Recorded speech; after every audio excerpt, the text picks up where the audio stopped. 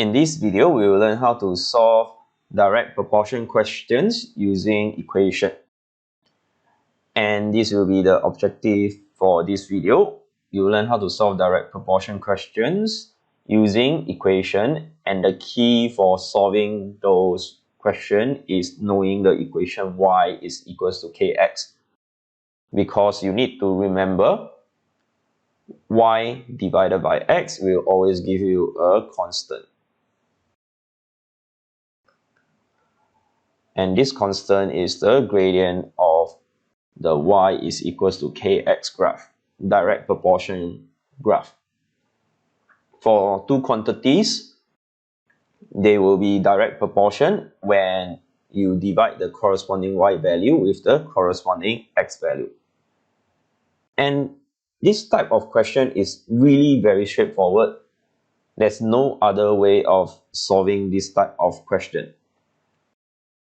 Because at the end of the day, there are going to be three numbers. One is equals to the other times this. Okay, so at the end of the day, they will give you the y value and the x value. Then step 1 is to find k.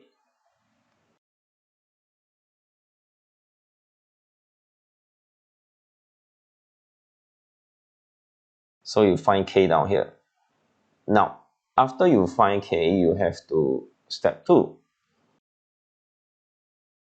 Form the equation, which is just y is equals to the k value that you find times x. That's all. You will solve part 1 of the question. Then part B of the question, they will give you, let's say, x, then find y. And now, because you already know what is k, and you want to find y, you just take k times x, which they will give you, then you will find y. For part C, they might give you y, then ask you to find x. So it's very straightforward. K you already found. Then y they will give you. So it is just y divided by k, you will get x. So this is the general idea. There are three numbers, y, k, and x. The first part, they will give you y and x. You go and find k. Substitute in k to get the specific equation for that question. Then B and C is just substitution. So this chapter is just about substitution, and it is easier than other substitution because there's only one way of doing it. So let us look at one example and you will see what I mean. So given that y is directly proportional to x, and y is equals to 16 when x is equals to 8, find an equation connecting x and y. So like I said, the first thing to note is, okay, write the equation y is equals to kx. They have given us the y value, which is 16. So you just substitute 16. X they have given us is 8. So 8 then times k. So k will just be equals to 16 divided by 8 equals to 2. Now, a lot of students like to leave their answer as k is equals to 2. But you will only get 1 mark if you write k is equals to 2, because the question asks us for an equation. So your answer must be an equation.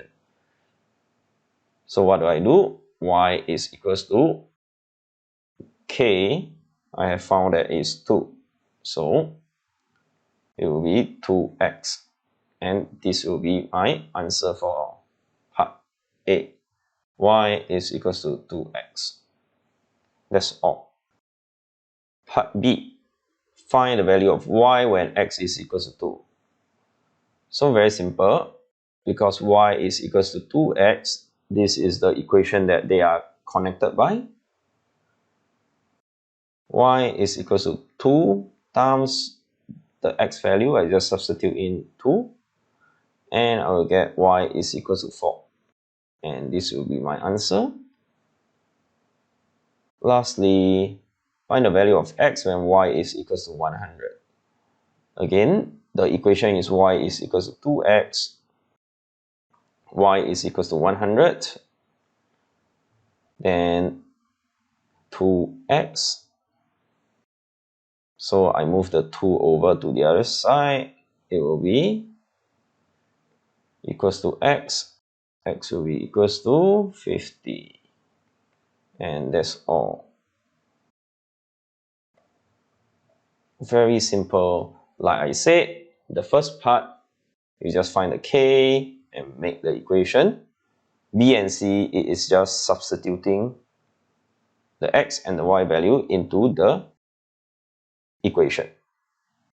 Okay, you might want to give this example a try. Pause the video, try it out and see whether you can get the correct answer. But instead of y is equals to kx, you probably should write w is equals to kt. Even if you write t is equals to kw, you will also kind of get the correct answer. So don't worry about the w or t being in the wrong side. You will still get an equation in the end, just that the k might be a bit different. But don't worry, you will still get the mark. So pause the video and try this out. And I hope that you are done with the question. So let us go through. W is equals to 18 is equals to 3t. Because W is equals to 18 and T is equals to 3. So T will be equals to 18 divided by 3 and T will be equals to 6. And again, do not just leave your answer as this. You need to write down the equation. W is equals to 6t. So this will be the equation connecting W and T. Earlier on, I mentioned that if you switch W and T around in the left and right hand side of the equation, you will get a slightly different answer, which is T is equals to 1 over 6W. Now, this answer is also correct because essentially they are the same thing. Alright, so don't worry about this. B, find the value of W when T is equals to 10. So W is equals to 6T. W is equals to 6 times 10 because, okay. So W will be equals to 60. That's all. C. Again, W is equals to 60. So I substitute 72 into W. 60. T will be equals to 72 divided by 6. T will be equals to 12. And that will be all. It's the same thing. For the last example, we have a table down here. Given that x and y are directly proportional, find an equation connecting x and y. So try this out yourself. The idea is still the same. You form an equation y is equals to kx and find the value of k. Then you can substitute k into the equation. So pause the video and try this out. Alright, I hope that you have tried the question out. So part A is forming the equation y is equals to kx, y is 8 down here, 8 is equals to k, we do not know what is k yet, but x we know is 12, so 12k. So k will be equals to 8 over 12. K will be equals to 2/3. Let's see whether I'm right. Yep, I'm right. And do not just leave your answer as y is equals to 2/3. You need to write y is equals to 2/3 x. And this will be your answer. Y is equals to 2 over 3x. Next is find the value of P and Q. So very simple. The idea is the same. You have the equation y is equals to 2 over 3x. This one is the specific equation. Then y in this situation, you want to find the P value. So 2 over 3. Then you substitute in 18. So P will be equals to 2 over 3 times 18, and you will get 12. As for Q, Q is the x value. While y we know is 24. So 24 is the y is equals to 2 over 3 times, in this case, Q. Alright, Q. So Q will be equals to 24 divided by 2 over 3. Q will be equals to 36. Okay, and that's all. And if you want to solve P and Q without equation, you can do that as well, because this can be translated into this table down here. X12, 8, 31 into 5, 8, question mark, 24. So this should be very familiar. When x increase, y also increase. So the method 1, so these are all method 2 because you kind of learn this later on. So method 1 is you want to find y over here, so you write the original y value down here times a fraction that is x has decreased. So